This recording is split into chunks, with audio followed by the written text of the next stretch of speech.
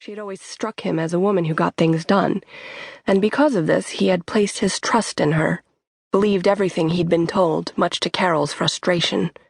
But Carol wouldn't make the calls. "Sorry to be phoning late," Morton said. Leaning against the sink, Carol folded her arms. "It's no problem." Drew fiddled with his chopsticks, avoiding his wife's prying look. "What can I do for you, Detective?" There was a long pause. Drew put the chopsticks down. "A body's been recovered," Morton said, "in Pennsylvania." Another body. There had been 5, but it had been 6 months at least since the last. "There are physical similarities," she went on, "to several of our cases. We're bringing it here." It. "When?" Drew said. "Tomorrow. I wanted to give you a heads up. We'll let you know more when we know more." Over the past year he had learned to be patient, gracious. "Thank you, Detective," he said. When he hung up, Carol grabbed the phone. "What?" she said, staring at the screen, as if she'd find the answer spelled out there. "A lead," Drew said, trying to soften the blow. But she looked at him too intently. He couldn't keep it from her. "Another body. It's not her." She dropped the phone on the table, dangerously close to his glass of water. "It's never her." She was right, of course, it never had been. But every time the possibility hovered over Drew, the hope, the fear, his daughter coming close, being stolen away again. Carol picked up a sponge and pressed it against the counter without wiping. "Don't tell Ben," she said, and Drew nodded even though her back was to him. There was no point upsetting Ben unnecessarily. When his alarm goes off at 6, Drew stands over the lump that is his wife and pushes back the impulse to grab her and make her tell him where she went. Instead, he goes into the kitchen and starts the coffee. For as long as he can remember, this has been his Friday morning routine.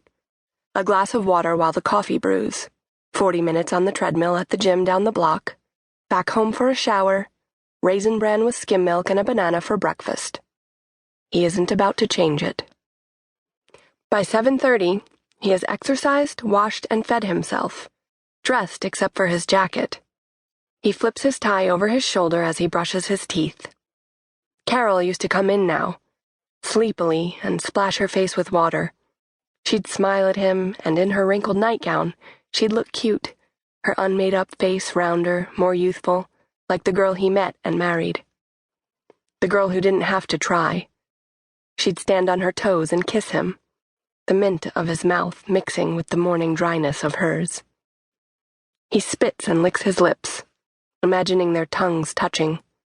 He tries to hold on, but his agitation seeps in until the memory collapses, replaced by the feel of the mattress lifting in the middle of the night, the emptiness at his back.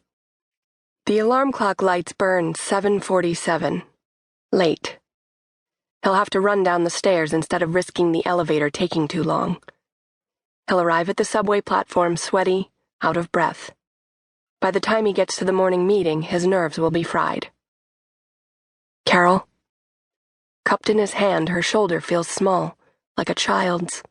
Her fragility makes him pause until she shrugs him off. "Carol," he says in his normal tone. He says her name louder. She groans and rolls onto her back, her arm thrown across her face. "I'm going," he says. "What?" She peeks out from beneath her elbow. "Okay." He can smell the booze.